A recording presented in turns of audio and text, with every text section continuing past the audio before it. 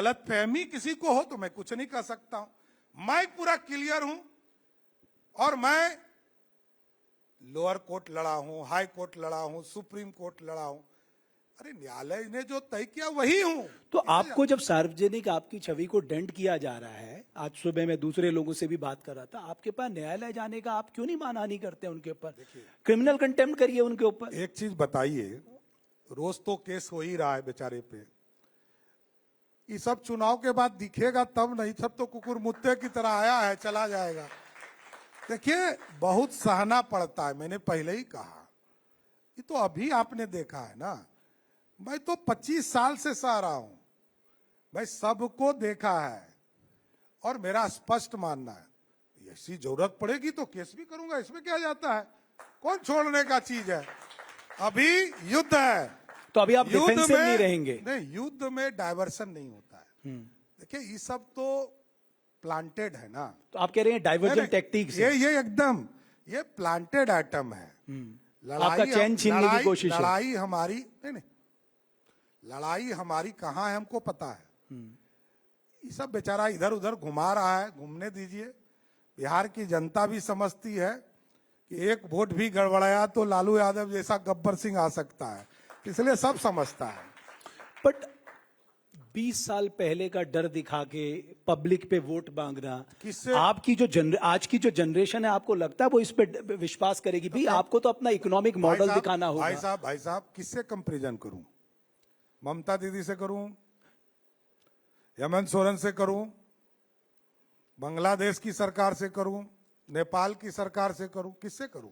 तो आप तो कंपेरिजन जो कंपैरिजन इसलिए नहीं कर सकते, आप जो समझिए आरजेडी और नीतीश कुमार जी ने बस लड़ाई तो यही है ना, उससे भी आप कंपैरिजन कर सकते हैं। लड़ाई वही है, नीतीश वर्सेस लालू।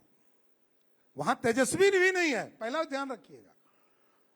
जैसे उत्तर प्रदेश में सरकार बनी, मुख्यमंत्री बने अखिलेश यादव, तो पहला सुपर पावर मुलायम सिंह, दूसरा शिवपाल यादव, तीसरा रामगोपाल यादव, 3.5 पर अखिलेश यादव। बिहार में सरकार लालू प्रसाद की सरकार बनती है, राष्ट्रीय अध्यक्ष तो वही है ना। हमारे पार्टी में आपको पता नहीं होगा, मेरे किसी वर्कर को नहीं पता है कि अगला राष्ट्रीय अध्यक्ष कौन है, लेकिन सब पार्टी में पता है कि राष्ट्रीय अध्यक्ष कौन है।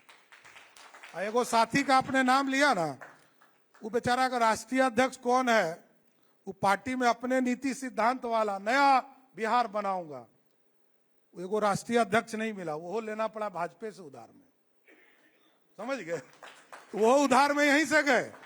आप समझिए बिहार में यदि लालू जी के पार्टी की सरकार आई तो क्या होगा?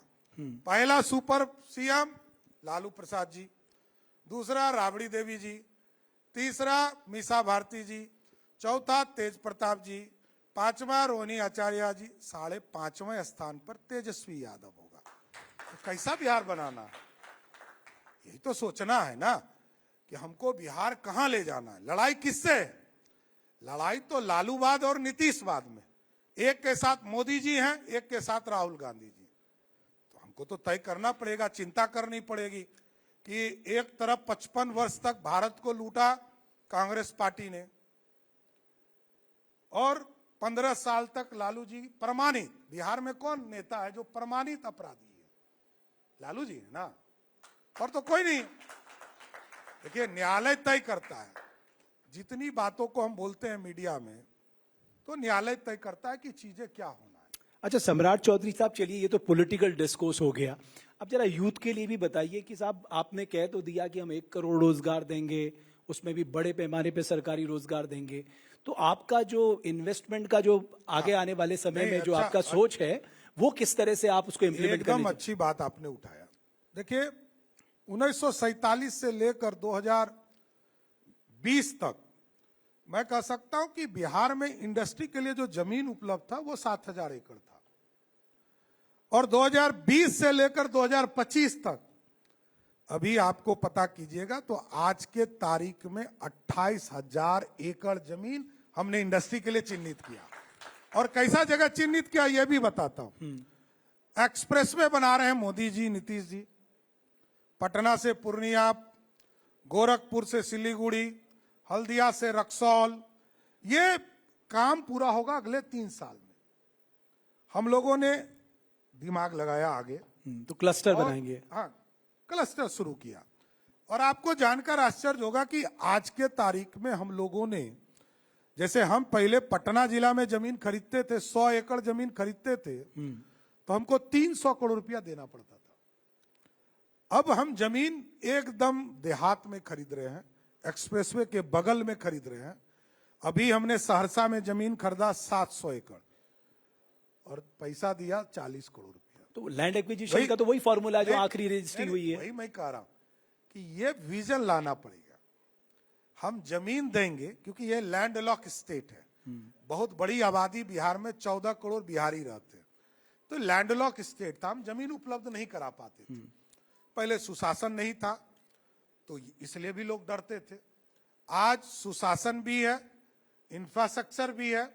आज पटना से जो आपको इंडस्ट्रियल कॉरिडोर का सबसे बड़ा केंद्र जो श्री बाबू ने 1952 में बनाया, बेगूसराय, आप चले जाइए, आप 1.5 घंटे में पटना से बेगूसराय पहुंच जाइएगा। वही बेगूसराय पहुंचने में 4 घंटा लगता था। पटना से गया जाने में 4 घंटा लगता था, आज आप 1.25 घंटा में पहुंच रहे हैं। और वहां इंडस्ट्रियल कॉरिडोर का सबसे बड़ा इंडस्ट्रियल हब बना रहे हैं, 3000 एकड़। सम्राट जी ये भी बताइए ना, स्ट्रेंथ क्या है, मतलब आप किन किन सेक्टरों पे फोकस करेंगे? देखिए, स्वाभाविक है हैवी इंडस्ट्री, क्योंकि बिहार के रेवेन्यू को बढ़ाना है। स्मॉल स्केल इंडस्ट्री तो हमारे यहाँ चल रहा है, और आपको जानकर 2 बड़ी खुशी होगी। लोग बहुत चर्चा करते हैं कि बिहार में इंडस्ट्री नहीं है, बिहार में इंडस्ट्री नहीं है।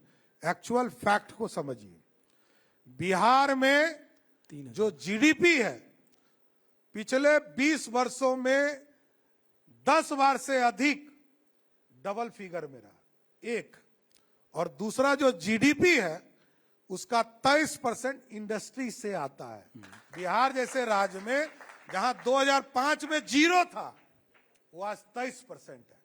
और मैं आपको गारंटी देता हूं कि अगले 5 साल के लिए यदि जनता ने नीतीश कुमार जी के नेतृत्व में सरकार दिया तो ये 50% से अधिक इंडस्ट्री का हिस्सेदारी जीडीपी में हो। तो आप कह रहे हैं ना, आप एग्रीकल्चर से नॉन एग्रीकल्चर सेक्टर की तरफ बढ़ेंगे, क्योंकि एकदम। नेचुरली आपको उस जनरेशन, देखिए, उस पॉपुलेशन को यहाँ आप- शिफ्ट करना पड़ेगा। क्योंकि स्वाभाविक है, आईटी, हमारे लोग बाहर गए हैं, हम उसको लाएंगे। और हम लोग तो चिन्हित कर रहे हैं, इस बार जो प्रवासी लौटकर बिहार आ रहे हैं उनको हम लोगों ने चिन्हित करने का, यूपी ने अच्छा काम किया इसमें, लोगों को कोरोना के समय चिन्हित किया, किस फैकल्टी का आदमी है, क्या काम कर सकता है। इसकी शुरुआत उत्तर प्रदेश ने किया, हम लोगों ने थोड़ा लेट शुरू किया है, उसको भी आगे बढ़ा रहे हैं। और इस बार चिन्हित कर रहे हैं कि जो बिहार लौट कर आएगा उसको पूछेंगे कि आप किस उद्योग से जुड़े हैं, उनसे एक फॉर्म भरवा रहे हैं।